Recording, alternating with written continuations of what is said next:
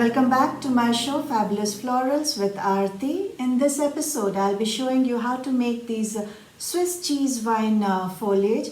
I always try to incorporate new and interesting foliage in my arrangements, and I thought these would be very interesting. I've used the petunias and the speedwell stalks which we made in the earlier episodes to build upon this arrangement. I hope you like it, and let me show you now how to make these leaves. So today I'll be showing you how to make these Swiss cheese vine leaves. It's very obvious as to why it is named so. I don't have any specific cutters or veiners for this, so I've made a template using a cardboard sheet from the leaves that grow in my garden. These are the veiners that we will be using. These are not any branded veiners. I got these from the local market because this is all that was available to me. You can look into your box of veiners and find any veiner, a large veiner which has a central prominent central vein and also some prominent veins going to the side. It doesn't really matter as to what kind of a veiner it is, because most of it will be cut off. So we will be using this veiner to make the leaves. For this we will be using my flower paste by Arati Mirji, the moss green shade. It is available in 4 shades, red, fuchsia, white and moss green. So today we will be using the moss green. I am using the humid variant because it is quite humid here. It is the rainy season. So for this we will also be using a 22 gauge wire. I'll just cut it into half so that it's convenient for me to show you how to wire the leaves, right? So like always, you must always knead your flower paste well to warm it up and to get the paste nice and soft and malleable so that you can spread it out easily. Just knead it between your fingers nicely. Maybe you can roll it between your palms to just warm it up. We will not be using a veining board this time. I'll show you how to make the central vein by using just a rolling pin. So here you go. So just take a fair amount of paste and roll it into a cylinder shape. This is because our leaf is longish, elongated in a teardrop shape. So I've made the flower paste into a cylinder, and then we're going to flatten it with the rolling pin. Now I will flatten it to the thickness of the central vein that I want. I want quite a thick central vein because my wire is 22 gauge wire, and it should not pop out of the flower paste. After flattening it, I usually prefer to use my thinner rolling pin to make the central vein, because I have more control over it. I can see where exactly I'm pressing the paste. So what you do is keep your rolled out paste sideways, and then place your rolling pin in the middle at a 5-degree angle and push away. Again, I'll do the same from the other side. Now what this does is that I start getting a central vein in between. I'm not going to try and thin out my paste to the thinness that I want in the first go. I will gradually keep doing this. Try and lift the paste in between just to make sure that you have not, it is not stuck to your mat. So I'm going to lift it just to make sure. In case you find that it is sticking to your mat, you can always use corn flour, a dusting pouch, or you can even use shortening. I don't feel the need for any of those today, so I'm just going to use it as it is. Now I need the central vein to be about either 1/3 or maximum half length of my template. So I think I'm happy with this length of the central vein, and that is why I will wipe off the top top of the central vein. Now again I'm going to thin it down some more. I don't want the leaf to be too thin, but at the same time I don't want it to be too thick either. So I'm just bringing it to the thinness that I want. I think this much is a good thickness to the paste, the rolled out paste. So once you have rolled out your paste, take the template and then using a cutting wheel tool or even a precision knife should be fine, whatever you're comfortable with. Just cut around the shape like so and remove the excess. Always keep your paste in a covered pouch, in a plastic, or in the pouch in which it comes, so that it does not dry out and remains fresh. Now once you have cut your leaf shape, take your foam pad, and this time I'm just going to apply a little bit of corn flour, just because I'm going to thin the sides of the leaf with my finger and not with the Dresden tool or the ball tool. This is because my leaf is quite thick, and if I try to press down with the Dresden tool, it might leave an impression on it, or even the ball tool might leave an impression on it, and that is why I'm going to just use my fingers to smoothen the edges like so. Not too much, just so that I don't have that double edge that I get when I cut it with my cutting wheel. So I think this is good enough.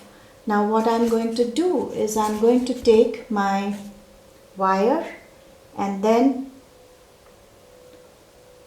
hold the leaf in between your thumb and your fingers and push the wire through it. Feel it moving through the central vein.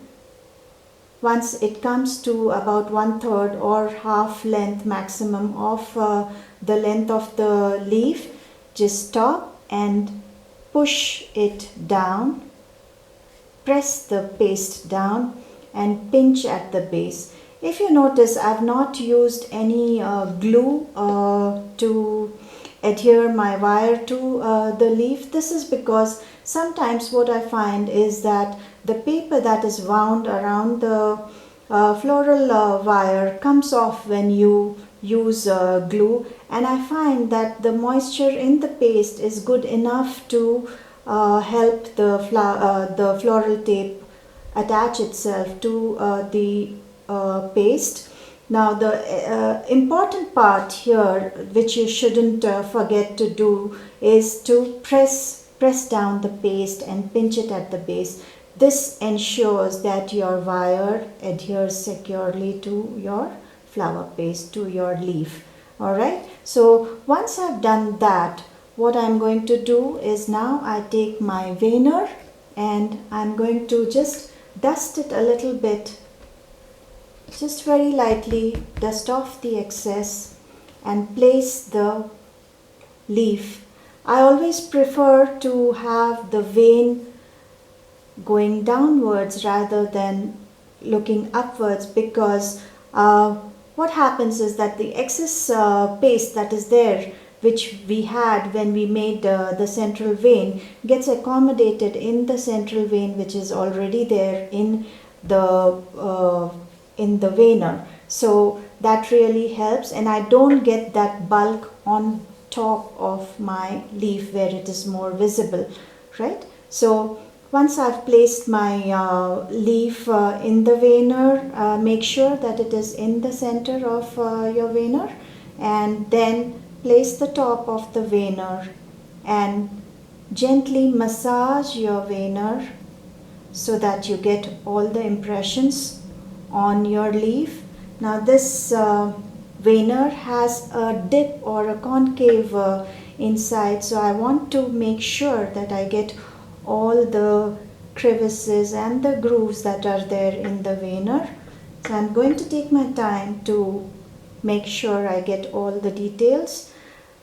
Lift the top of the veiner just to make sure that you have all the impressions. If you feel that it's not really showing too well, you can place the top back again and just press it down in the area you feel that you have not got the veins properly. I think I'm happy with what I have now, and I will take it out of the veiner, put away the veiner. Now, to make the holes that were there in Swiss cheese vine leaf, I am going to use these cutters which are in oval shape. I just had them in my cutter box. You can find these I think in any of the shops that sell cutters. So these are in varying sizes. Some of them are ovals, some of them are more like an egg shape, and I think it works well for this leaf, because even the leaf does not have perfectly oval cutouts. They are a little misshapen, so this works well. So what I'm going to do is I'm going to start cutting the shapes in between the prominent veins that are there in my leaf. Now you can do this randomly. You don't have to follow any pattern. If you feel that this cutter is too big, maybe I will take another cutter which has a smaller shape and then cut it out. So you can have fun doing this. Maybe have your kids do it for you, just to involve them. I think I'll take the smaller one. You can vary the sizes of the holes that you're getting.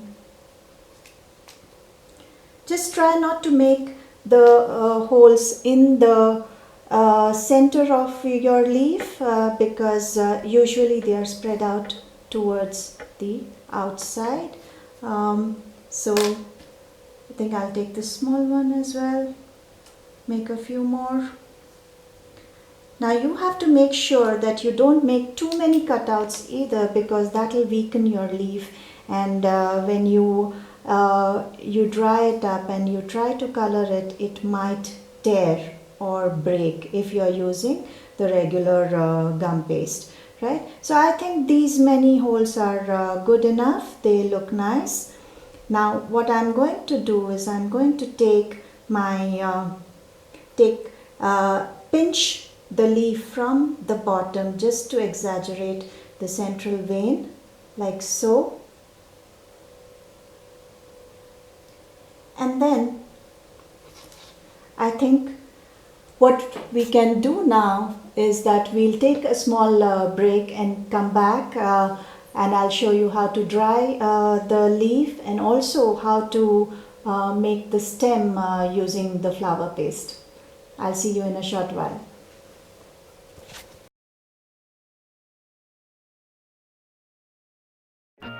Hi and welcome to today's tutorial. I'm Jeanette from Jeanette Reverse and Cake Craft, and today we're going to make this beautiful vintage perfume bottle.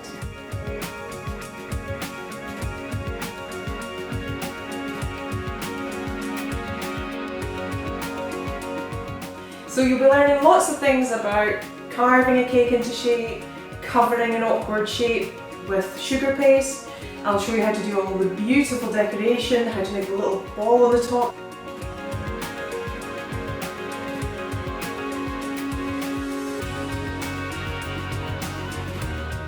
Loads to learn, so let's get started.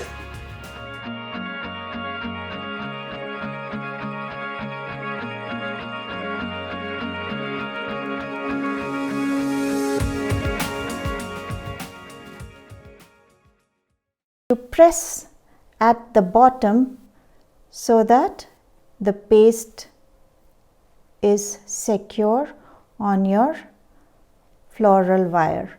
So once you have done this, if you want to give it a slight bend or a slight movement, you can do as you please, and then you just let it dry for some time before you start coloring it. Now I have a few which have been made over here.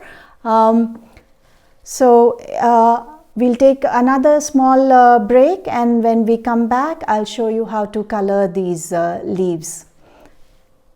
Everybody has a happy place, and mine is in making sugar flowers.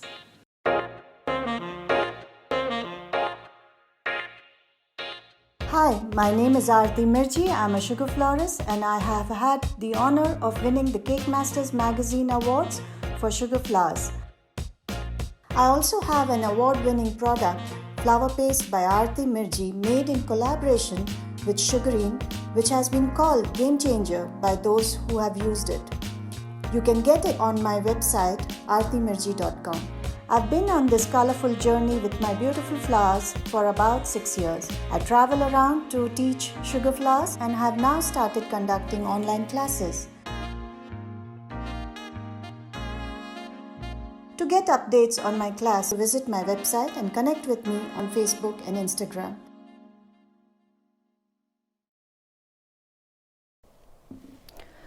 To color the leaf, we need autumn green, leaf green, hunter's green, burgundy, and a little bit of aubergine. I'm using mostly the sugarine dust colors, and the aubergine is from Sugar Flare. I really like their aubergine color. So let's take out a little bit of the colors. You can use any brand of dust color that you have with you. I just like to layer up the colors when I'm dusting, just to add depth to my leaves and petals. So here you go. I have a little bit of autumn green, some leaf green, hunter's green, burgundy, and a little bit of aubergine.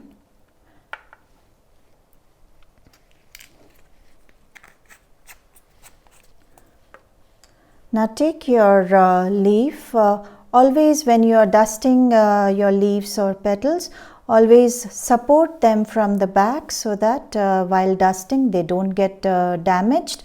So I'm holding the leaf in my hand, supporting it with my fingers.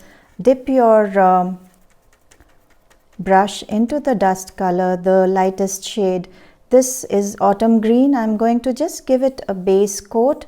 My strokes are going from the base towards the top because I want the dust, the color, to be the strongest at the base and to fade as I move upwards. So I'm just taking a generous amount of the dust and just applying it all over.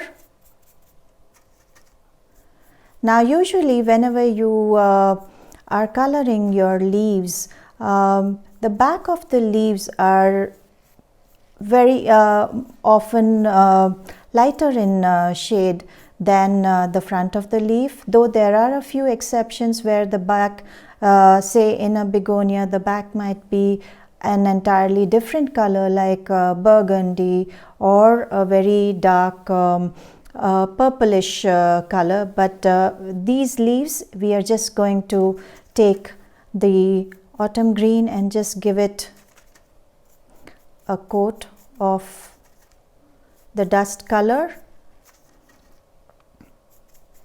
I always find that when you dust your leaves, it just brings it to life. So I always try to color all my leaves. I know there are a few people who would just use the leaves without coloring them, but then having some little bit of color always adds a little more detailing to it, and it brings it to life. So next I'm going to take my leaf green, and again I'm going to start from the base and push the dust color upwards. Now here I'm holding my brush flat rather than push the dust into the veins that are the ridges that have been made with the veiner, so that I get the raised portion of the leaf gets colored with the dust color, like so. So you see that the portion that has gone inside or inwards is not being colored by this next deeper shade of the green, and that is going to bring out all the veins that are there on your leaf. Now I'm again going to take the next shade, which is the hunter's green.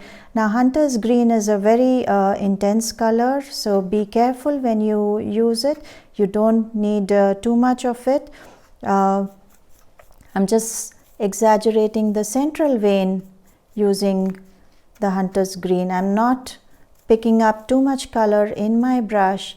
I'm just using what I have in my brush and just pushing it onto the leaf, to the sides, edges of the leaf, like so. So I get a variation of shades towards the edges because most of the dust color is concentrated in the center of the leaf. Now if you want to show that your leaf is mature or is kind of drying up, you can use your burgundy, and this time what I'm going to do is I'm going to start at the edge of the leaf and push the color inwards so that it blends at the edges, like so. And you don't have to do this all over the leaf, only randomly in some few places. Maybe you want to show that the holes that you made are drying up, so you can take a little bit of the burgundy and just put a few hints of those over there. Now this is, you need not, when you are making a bunch of leaves, you need not do this to all the leaves. I'm just showing you how to use all the colors that have been used. So you might do this for a few leaves, and a few you might want to show them as young leaves, so you don't have to use the burgundy at all. You can also use the aubergine again to highlight the edges. Be very gentle, do not use too much of the aubergine. Again, it is a very intense color, so I'm not going to use too much of it. I think this is good enough.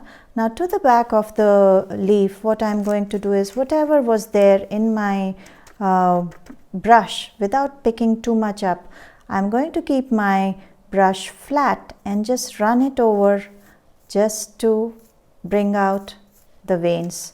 Not too much.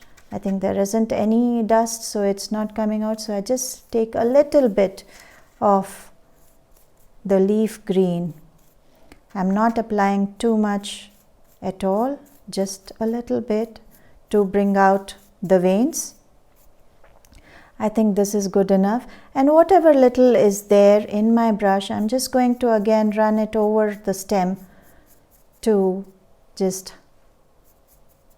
color that.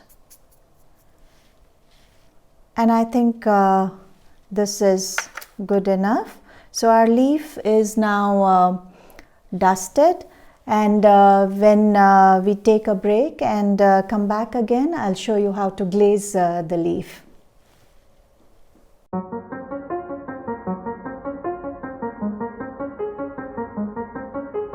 Every house needs a strong foundation.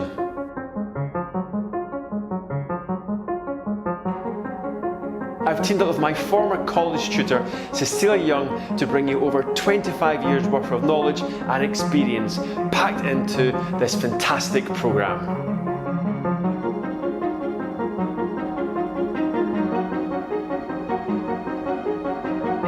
Within these 8 individually assessed modules, we've covered the fundamental building blocks required to take your cake decorating skills to the next level.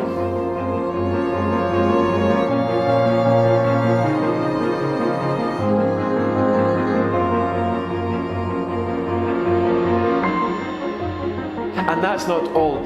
Each programme is accredited by FDQ, a leading UK organisation for the food industry.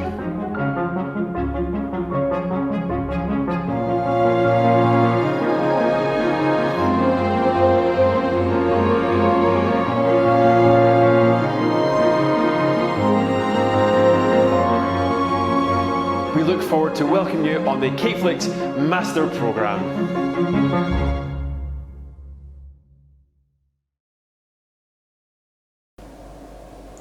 Welcome back. Now I'll be showing you how to glaze the leaf.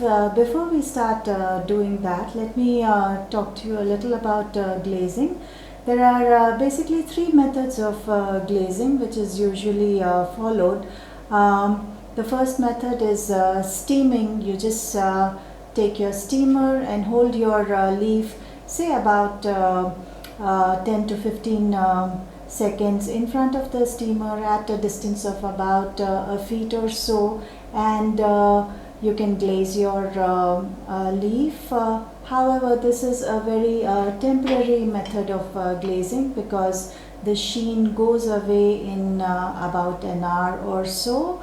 So that is one way in which you can glaze your leaves. The second method is to use a can of glaze, edible glaze.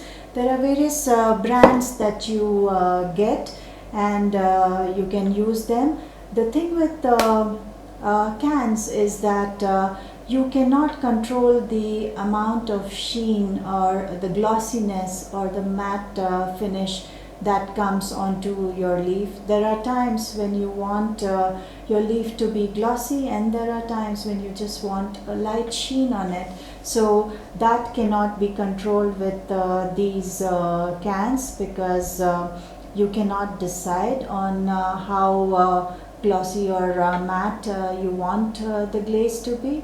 However, they are very convenient to carry around, and it is used quite often. I use it a lot for my berries and other things where I want it to be really glossy.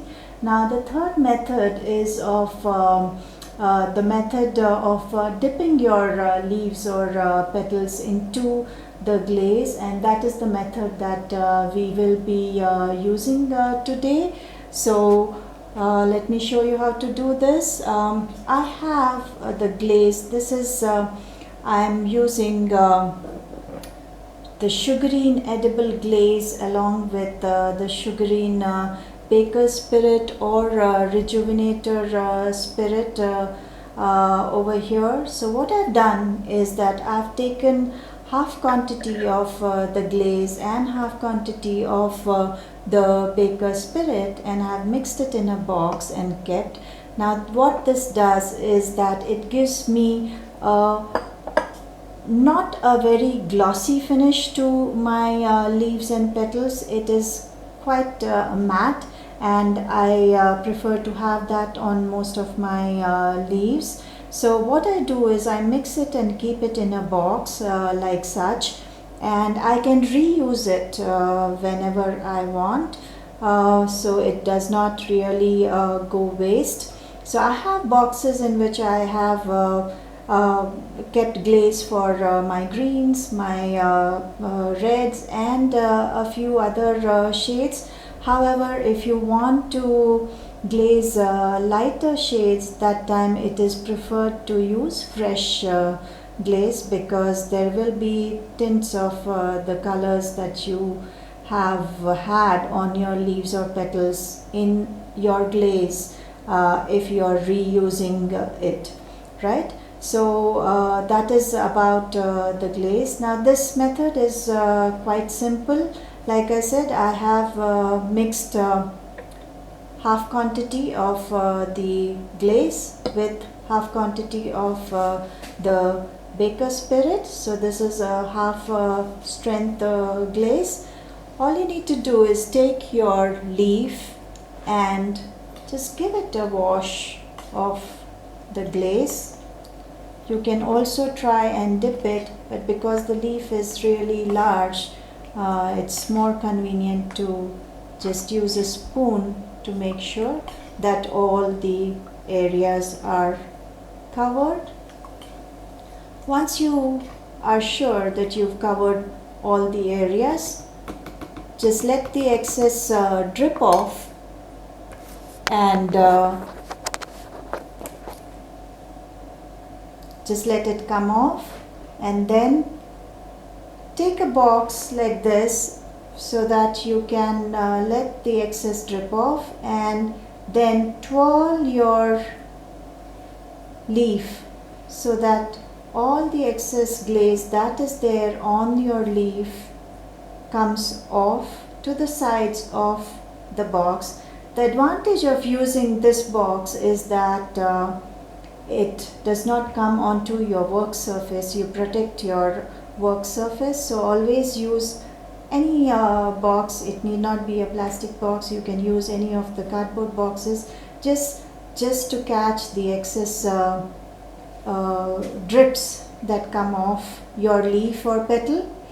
So I think all the excess is off, and this is good to go. So you might feel that your leaf is a little too shiny or glossy, but it will dry up and it will get a matte finish. Just dry your leaf on a dummy or a styrofoam like so. Let it sit for say about 5 to 10 minutes, and you can use it after that. So this is all about the Swiss cheese vine leaf. You can make a bunch of these and put them together onto your arrangement. I hope you enjoyed the tutorial, and I hope to see you for the next episode, where I'll be showing you something unusual and something more interesting. So bye bye, see you next time.